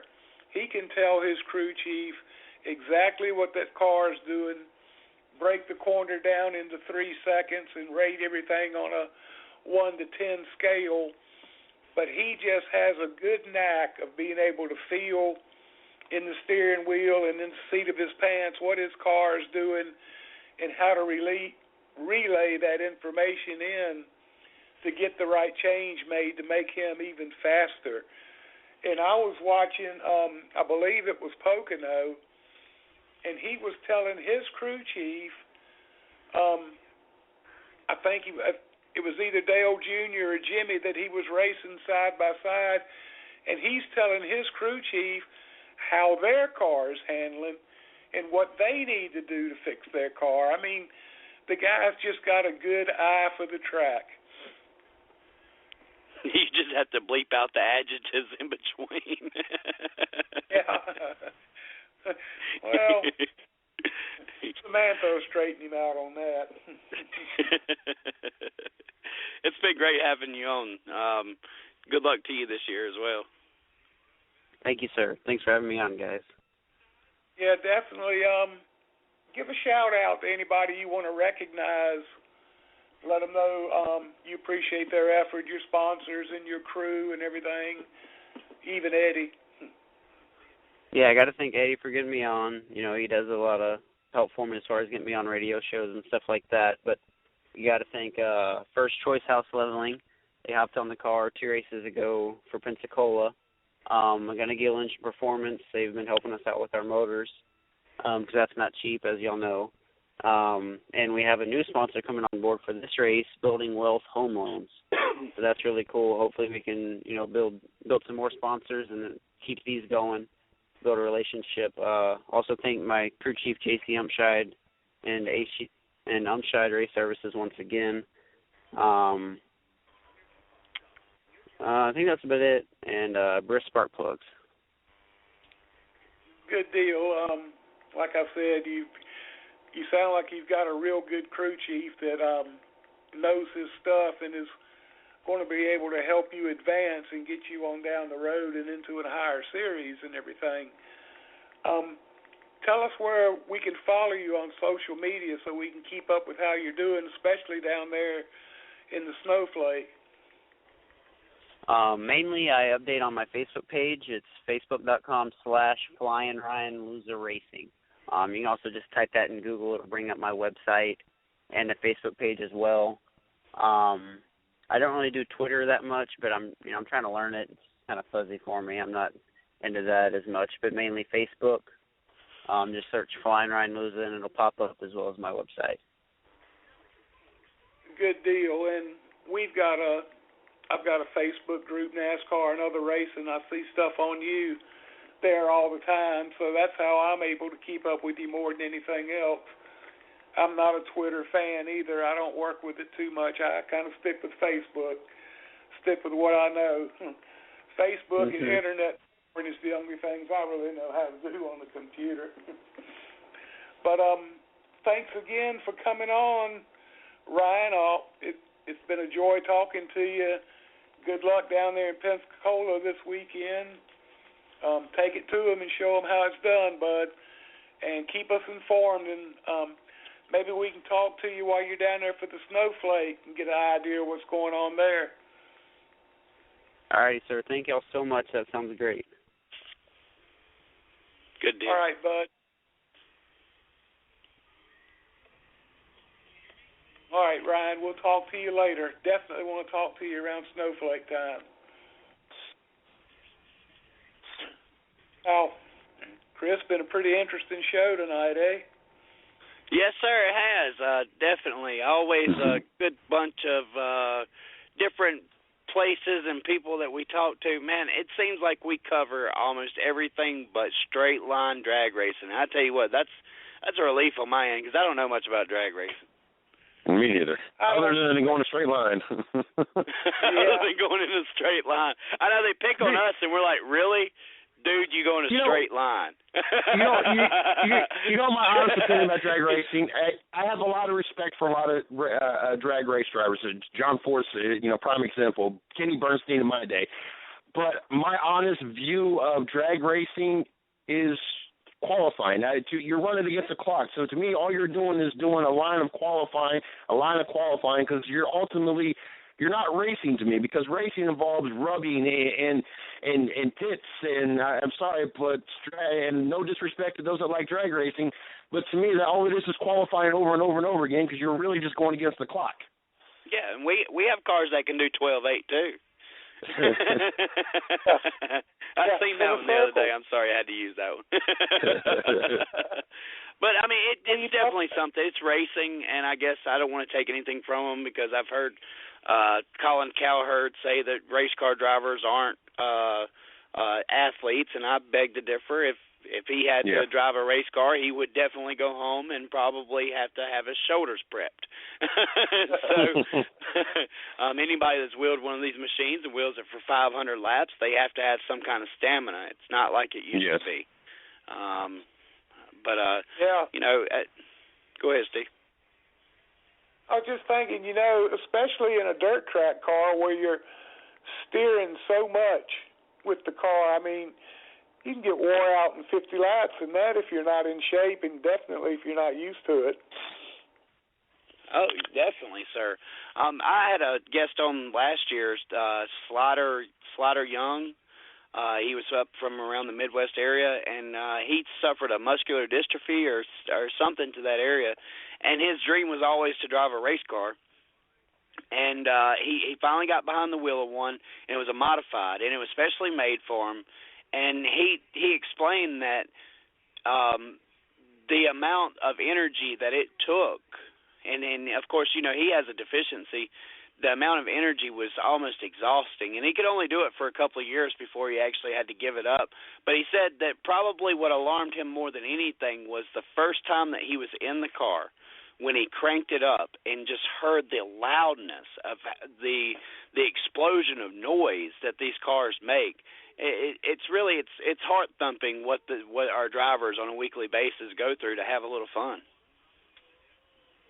Yeah, definitely so. And if it's somebody that has a type of handicap and will still get out there and pursue their dream and still get out there and make the effort, my hat's off to those drivers especially. Yeah. And how dare anybody say that they're not athletes? Because, I mean, any time a chess game, I guess, it could be the test of one's mind, and how is that not, something that's athletic? I think that we missed the point on what is an athlete and what we're expecting from them, because only in this day and age do we have the primed athletes that we have now. Only now do people understand protein and calorie intakes and all this, and build muscle mass. And but we had sports for a long generation before people even started the regimen that they have now. So it's really tough to not call somebody an athlete that has to go through any type of stamina. Yeah, it's a lot of tension, also a lot of mental. And you're working your brain constantly in a race, trying to evaluate what your car's doing and what your next move's going to be. And even crew chiefing that I was, it would, you're constantly thinking. You're going over everything. My guys would come to the shop on Monday morning, and the first thing they do is walk out. I drove the tow truck back and forth, the hauler, and they'd walk out to the hauler and turn the accessory on and see if the radio was on or not. And if the radio was off, they knew I had thought about that race all the way home. And if the radio was on, they knew I was relaxed and everything while I was driving. Right. It is. It's a lot of times, even on our side, in the media side, it's stressful. I think that me and CJ were talking in the back room about Aaron coming on a few minutes ago. Anytime that you're in situations that you're not comfortable with or you're not used to, you have added pressure. So even in the business of the media side at a racetrack or any other event, at times you really have to. What do you say? I mean, you have to kind of gulp it down and stick that chest out and do whatever it is that you're supposed to do, which is a lot of times applying yourself more than what some people ever do. I mean, it's amazing at the people who are sitting at home that really don't understand what it takes for people to get behind the wheel of a car or for them to be a part of a sport. But let me tell you something right now. The best thing to do is get off that couch and go get involved. There's a racetrack around you right now that would probably allow you to work in their concession stands. I mean, get involved. Start where you can, and that's how you do it. These drivers, they had to step in the car for the first time at one point in time. They weren't just born drivers. And if we can pass anything along, Steve, it's the fact of it is, if you're listening and you want to be involved, get involved. Go to your local track and become something. You can be a normal gas station guy Monday through Friday, and then on Saturday be everybody's hero. Whether you're racing the car or the guy who's standing at the box office selling you your ticket, telling you you're about to have the time of your life. Now, I can remember my first face-to-face interview. I did a lot of, interviews over the radio, but I remember my first face-to-face. I did it last year. I got to do David Reagan and R.J. Mitty at the same time from Breaking Bad. And I tell you what, I don't think I ever sweated so badly. And I had 100 different things going in 100 different angles, and I just did not know what I was going to ask. And then we happened to be involved with Dylan Martin Racing, and they were doing a soda tap thing to raise money for the Shriners Hospital. And R.J. Mitty, gives credit to the Shriners Hospital for what they, for him having his career. And I just happened to overhear that, and I got to put the two and two together. And of course, David Reagan's highly involved with it as well.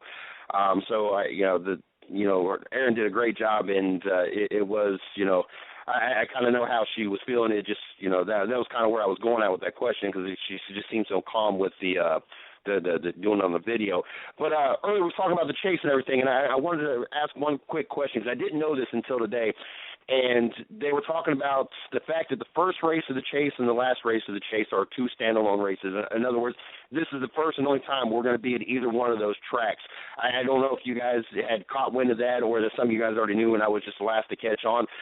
But one, how cool is it in NASCAR to do that and make both of those races going in and out of the chase interesting? And also, is that an advantage to anybody in the chase, because there is so many unknowns for the race one and the final race at Homestead? Well, it's they're standalone races, like you said, and that doesn't get a lot of wear, a lot of rubber on the track because it's only one time and it gets rained on and stuff like that. And the racing that when they first built those two tracks wasn't that great because it was fresh asphalt and everybody had plenty of grip and could drive where they wanted to and everything. But now that both tracks have got some age on them, the asphalt's aged a little bit, the grip factor's gone down. So when the grip factor goes down, it increases the driver's role in driving the car and making sure he can get that car through the corner without losing much time. So it just seems to improve a little bit every year. But I knew Homestead was a standalone race, but I didn't remember that Chicago was. Did you, Chris? No, what I mean by standalone race is this is the only time we visit that track for the year. Not just it's the only Sprint Cup going to be there and none of the other series. I mean, Chicagoland and Homestead. This is the only time the NASCAR goes there this year. Yeah, I know ARCA races Chicagoland, but I can't think of anybody else that goes. Yeah, to, Xfinity does. They do it. As a matter of fact, I think the weekend that they race at Chicagoland is the weekend we get all excited because the Truck Series is in Iowa. I think that those two are kind of connected together in that same weekend. I'm not sure. I know the Xfinity Series is there, and I think that the race is actually the same day, and it's a Truck Series race. If I'm not mistaken, there may have been a driver this year that flew over from one to the other, but you'll have to facts check me on that. But being that Chicagoland is its only race of the year, I definitely think it kicks a screw around. But in reality though, it's probably just no different than any of the other 1.5 mile tracks. I hate to say that. I hate to be the intermediate guy, but it definitely comes down to that. I think Homestead is always a wild card. Homestead and Phoenix are the two totally different tracks. And I think Dover kind of throws something different at them. But for the most part, take away Martinsville and Talladega, you're pretty much dealing with the same tracks.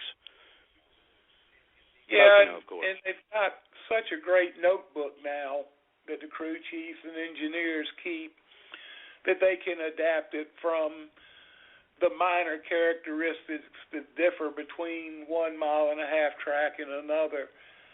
So it's, I wonder what makes Homestead so different, Steve. I wonder why it's always that track that it's kind of a mystery track. We see people get hot at Phoenix. We watched Mark Martin do that for years. We're watching Kevin Harvick do it now. I think Jeff Gordon even had. Was it Jeff Gordon? I don't know. I'm not sure if it was Jeff. Anyway, we've seen drivers get hot at Phoenix, and it seems to be like Pocono. If you have the good setup when you go there one time, you're going to have a good setup when you go back. But Homestead is always it's kind of iffy. It seems like it's nobody's track. Maybe Chicagoland falls under that category too. A couple of years back, Jeff Gordon did get hot at Phoenix. He got hot with Clint Boyer, and they had that big Royal Rumble. That's the time that's he got the hot I was thinking about. Yeah, that's hot under the collar. Yeah. I tell you what, I had so many non-NASCAR fans that caught that on ESPN, all of a sudden got sucked into that sport. They thought that was just the coolest thing, that not only we had a race, but we're going WWE style in the garage area as well. I think Matt Kenseth made it even better the next year with the whole guy that jumps up on the rig and has the camera up in his hand. I tell you, that was athletic ability by a cameraman. The one where he chased Joey Logano back off into the alley or whoever it was. Yeah. Yeah, the cameraman jumps up on the side of the rig with his camera over everybody, and I'm like, man, that is an athlete right there. That extracircular activity that went on last year doing the chase, all the scuffling and Matt Kenseth, who's about the last person you'd ever see at the track get mad, run down and jump on Bad Brad between the trailers. Yeah, Bad Brad. And Kevin Harvick, I can't remember who he pushed in the Jeff Gordon, and those two got the scrapping. So, I like to see that extra stuff, and I'm sure a lot of the fans do too. But it makes it more than just a bunch of guys going around in circles. It really adds something to it. Something that... Well, I read today that Dale Jr. said he was going to be aggressive in the chase, and you kind of wonder with Kevin Harvick's comments if Chevy's not trying to intimidate their way into being significant in this chase. I mean, it seems like with what I'm hearing, the rhetoric that I'm hearing, it seems to be that they are trying to build momentum up to be a force to reckon with in the chase. But I'm just not sure if the stats are going to back that up this year for them. Yeah, I saw that article about Junior getting aggressive, and then I saw one later where they quoted Kevin Harvick as saying he was going to stomp all over JGR. So the mind games have started already. Even before the race starts, mind games are starting now. Which is, like you said, it gives us something to talk about. It gives the fans something to get excited about. We've got a couple of night races where people are going to be sitting around the TV, and we've got, everybody knows we're battling football right now. Football season comes in, and we have to have something that makes this sport more exciting. That was the whole turn to the chase idea. I think that finally, after 8 years of a crappy chase, we finally got something going last year. I think that it finally kind of turned the page to what NASCAR was really looking for. That's why I was really, when they're talking about making changes to the chase again, you've got to be kind of hesitant. Okay, wait a minute.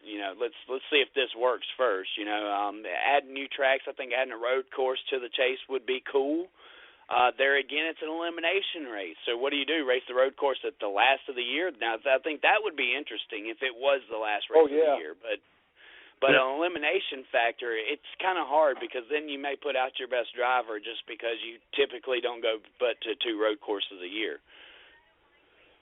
Yeah, I saw another post today that International Speedway Corporation couldn't get together on the figures and everything. They were trying to buy Laguna Seca Raceway, which is a road course in Southern California. And when I first heard that, I thought, well, this will be great. The France family buying a road course, and it'll get added into the chase. But like I said, they couldn't get together, couldn't work everything out. And from what I understand now, that deal's off. So I think Talladega is the big enough wild card for the chase.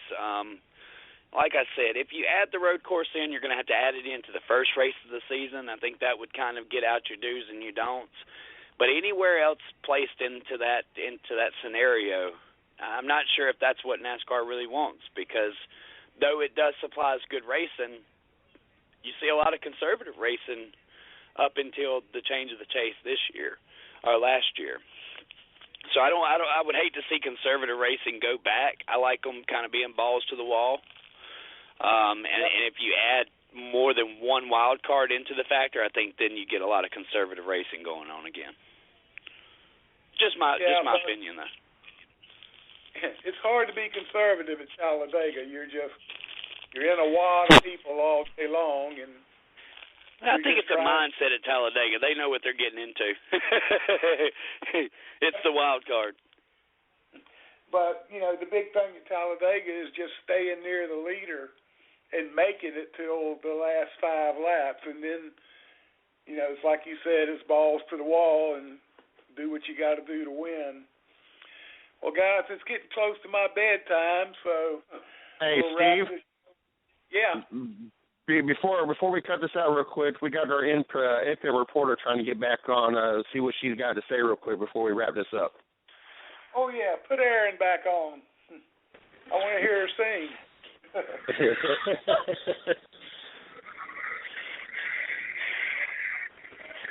Are you there, Erin? All right, I'm with y'all. What you got for us?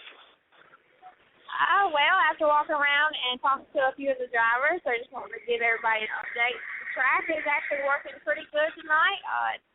It's not slick or real rough at all. It's kind of going with the cars. We have a few cars that have found technical difficulties that they're going to have to fix. Ellie Hughes, she's having a few motor problems that she plans on getting fixed by tomorrow evening and be back into the show. Oh, wow, I'm shamed. I'm an asphalt guy. I don't know that much about dirt, and Erin is definitely on top of it. I might have to get her to give me some lessons on track prep and everything. Also, with walking around and meeting a few of the drivers and getting to look into some of the trailers, I've also noticed that Leon Henderson may be making a debut here at Why Not. He is not unloaded yet. I think he's kind of keeping her packed up tight, but Leon Henderson is at Why Not Motorsports Park. That's a super late model. He'll be following the Mississippi State Championship Challenge Series. One of the actual local guys. It's not his debut. It's actually Leon got hurt a couple of years ago getting into the turn 3 wall, and it broke his wrist. But definitely good to see some of those super late models show up. And this is Aaron Holly calling from Why Not Motorsports Park, in-pit reporter right now. Got a big race, the state championship race this weekend at Why Not Motorsports Park. If you're anywhere within the area, please come down and support your local tracks this weekend. Aaron, thank you. You've done a great job. And has there been any wrecks or anything? Everybody seemed to be pretty good. How did Wiley Williams do in the modified? He actually just went out a few minutes ago. He's timing and going pretty well around the track. The high side seems to be the choice for the night. Everybody's rolling pretty good. So far, no wrecks. A few technical difficulties, as I have said, have been found in a few cars that they're planning on fixing by tomorrow evening to get back into the show. But so far, everybody has been safe with their driving. Good deal. Thank you. And you have a great night, Miss Aaron. All right, thank you. All right, bye-bye. Good deal. Thanks for calling in, Aaron, and thanks again to our other two callers in. We appreciate that. We always like to have people call. If you're ever listening to the show and you got a question or a comment you want to make, feel free to call in. The number is 718-664-9861. I hope I said that clearly. Being a redneck, it's kind of hard for me to do that. Chris, go ahead and tell everybody how they could follow you and keep up with what's going on down there at Why Not and the other tracks you visit. Well, of course, you can follow us at Chris Creighton, that's Creighton on Facebook. Look up Yellow Caution Flag, and it should give you a list of stuff. Or you can just go to our website, yellowcautionflag.com. We have a nice little website there that has all the places. Hey, guess what? It's called a digital magazine, guys. That's right. It's just like a regular magazine, but it's on the digital side. Don't tell anybody our idea because, it is our kind of invention. But anyway, so you just go to yellowcautionflag.com, go to whatever link you'd like to see. We have some things categoried out, so it should lead you directly to where our news is. And if you're following us on Twitter, it's Flag of Caution, but I will tell you, Twitter is just a rollover of our Facebook account. So look us up either on the web or, like I said, at Facebook, yellowcautionflag.com. Anywhere that you go and look up Yellow Caution Flag, you're going to find us. Google us at Yellow Caution Flag, and you'll find all of our stuff there as well. So, Steve, it's been great once again. Love being on the show. What you got for us next week? Let me get my notes out here. I've got, I'm trying to get another one lined up, but I've got two local drivers to me. One's in North Carolina. Well, both of them are in North Carolina, and both of them drive late models up here. One of them's name is Harley Holden. He's had a pretty successful year. And the other driver we're going to have on is Travis Bird. Another one has been pretty successful, and I'm working on a third now. So CJ will have to block out a little bit more time so we can get all three of them on. Yes, sir. I'll make sure that I schedule plenty of time for us. Yeah, this was supposed to be an hour-long show, wasn't it? How you love my Herman laugh. I thought I recognized that. I've been working on it for a couple of years now. That's the debut of the Herman laugh. Somebody's got to do it with Steve Burns gone. Yeah, definitely. Somebody's got to pick up that slack. CJ, let everybody know how they can follow you and about your thing. You guys can check out my show Monday through Wednesday, 9 to 11 p.m. It's the 110 Nation Sports Show. Also, follow me on Twitter at CJSports1, the 110 Nation, at 110 Nation, and you guys check out our website over at www.the110nation.com. Hey, CJ, I think you forgot about that new group you created, too. Yeah, you guys make sure you guys check out our Facebook group, the 110 Nation. It is just a group for everybody, all kinds of sports fans to come and talk about all the hot topics, debate about certain things going on in your sports. As the group gets bigger, we're going to have live game threads and live race threads as well, just to let fans be able to talk about whatever games they want to talk about and whatever sport events going on. Between now and the end of the month, between now and September 30th, if we can get that group to be 250, we're going to give out a $25 Visa gift card to one of our members, just to kind of say thank you and help them, take care of Halloween or whatever the case may be coming up. Cool deal. Awesome. Love you guys, man. This is awesome. Y'all have made a really good show, and I'm just glad to be a part of it. Well, we're glad to have you part of it, Chris, and I'm glad to have CJ on here. Y'all really add a lot to the show. I'm just glad to be able to sit here. But Steve, we did come from another network, so we both of us have come from another network, and we found a good little home right here with CJ Sports and the 110 Nation Sports. I love it. You too. I just feel honored to be able to sit in the presence of both you guys.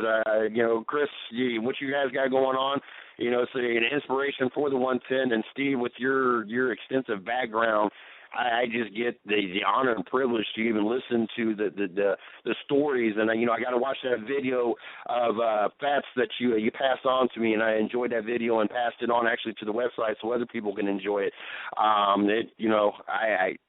feel like I'm the one that's getting to take advantage of a great opportunity here, and I thank both you all.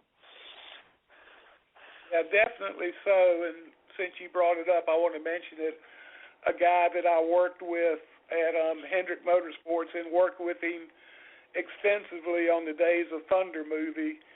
As a matter of fact, me and Fats roomed together for the 3 or 4 months that we worked on that movie. So you're sitting in a motel room at night, you get to learn your roommate pretty good. But Mike Jarrett, who we used to, his nickname was Fats because he was kind of like a bowling ball with tennis shoes. He was a really round guy.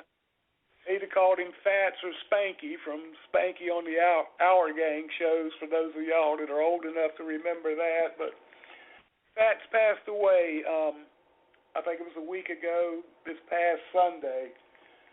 And it brought back a lot of memories, but it really made me sad. And Fats, I miss you, buddy. Rest in peace, and I'll see you one day. Bud. All right. While we're on the social media deal, if you want to follow me, you can check me out on Twitter at Big Sweat, where I'm the NASCAR heartbreaker and home wrecker. My Twitter experience usually just boils down to me putting jokes on there and getting replies and stuff. But really, my main social media deal is my Facebook group, NASCAR and Other Racing. In the other racing part, we really try to emphasize, like I said, like you've seen tonight, we cover dirt racing, asphalt racing, local short track racing. Probably one of the only few, I hate to interrupt you, but probably one of the only few radio shows that can actually perfect that. I mean, we've gone outside the box, and we're doing really good at it. My bad. Yeah, it's worked out really good, and I'm just glad to be able to do it. Short track racing, local track racing is just the racing that I love the best. That's the racing I want to support. And so I'm going to do everything I can to support both the tracks and the drivers, the guys that work a 9-to-5 job and then eat supper and go out in their shop and work a couple hours to get ready for the weekend. Those are the people we try to recognize and we try to promote. So stick with us, listen in. We'll have another show like that. If you want to get more involved, join my group, NASCAR and Other Racing. We don't allow any profanity. We don't allow any bashing of drivers or anything. We're a very family-oriented group. We have quite a few drivers under the age of 18 that are in our group. And our group, our female section of the group has really gone. I'd say it's getting, close to 50-50 as far as the women and the men that are in there. We have a lot of drivers on there, both male and female. We run race threads every time there's a televised race, whether it's drag racing, Formula One, Indy cars, NASCARs. If it's on television, we've got a bunch of group members that are all hooked up on their computers talking about the race and talking about who they like and who they don't like and everything. So it's really interesting. So get in the group and come join us and check it out.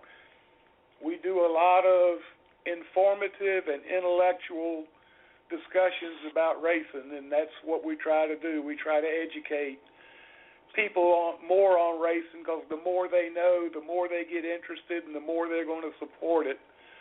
So true. That is so true.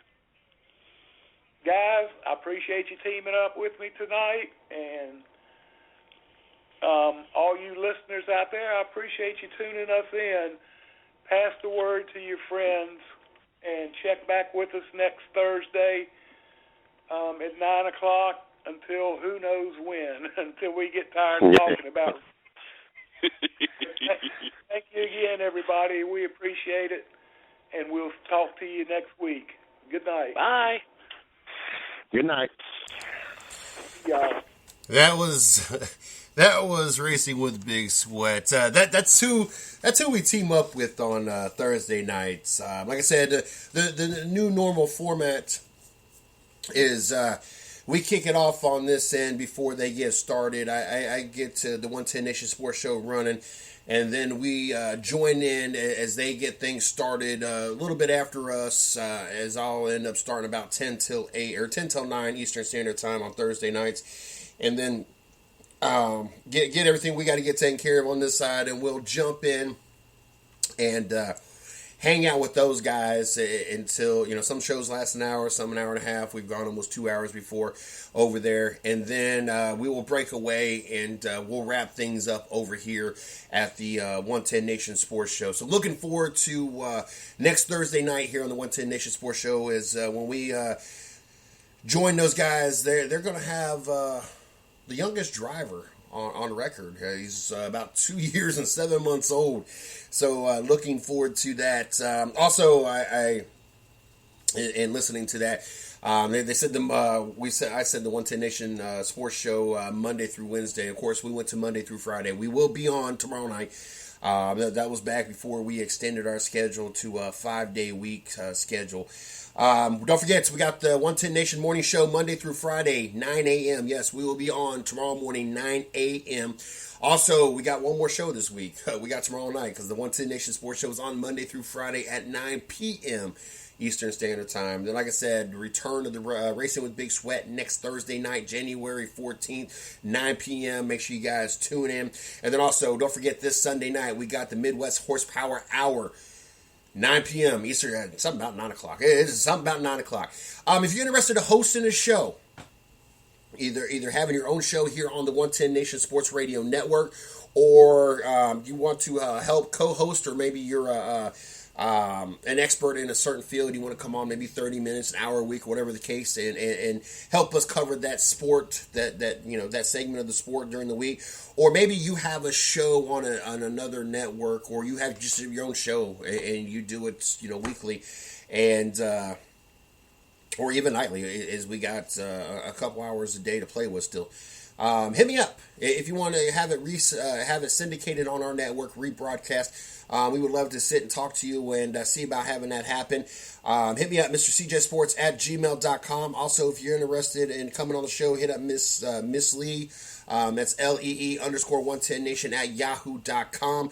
I know Miss Lee is having internet issues right now, so if she does not respond, all you got to do is hit me up as well, MrCJSports@gmail.com, until she gets things taken care of, and we would love to have you on the show.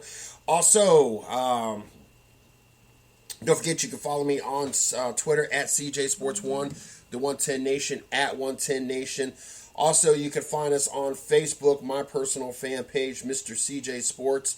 You can follow the 110 Nation at 110 Nation. Or what did I just do? You can follow the 110. You can find the 110 Nation Sports page on 110 Nation Sports. Check us out, www.the110nation.com. Check out our blog site, www.110nationsports.com for all the latest going on. Don't forget, tomorrow morning, 9 a.m. Make sure you guys tune in. And don't forget, we're back on tomorrow night. Thanks for listening to the 110 Nation Sports Show with Mr. CJ Sports. You are a part of the 110 Nation, so be sure to visit the110nation.com for everything related to the show. You can follow CJ on Twitter at 110 Nation and on Facebook at 110 Nation Sports. Until next time.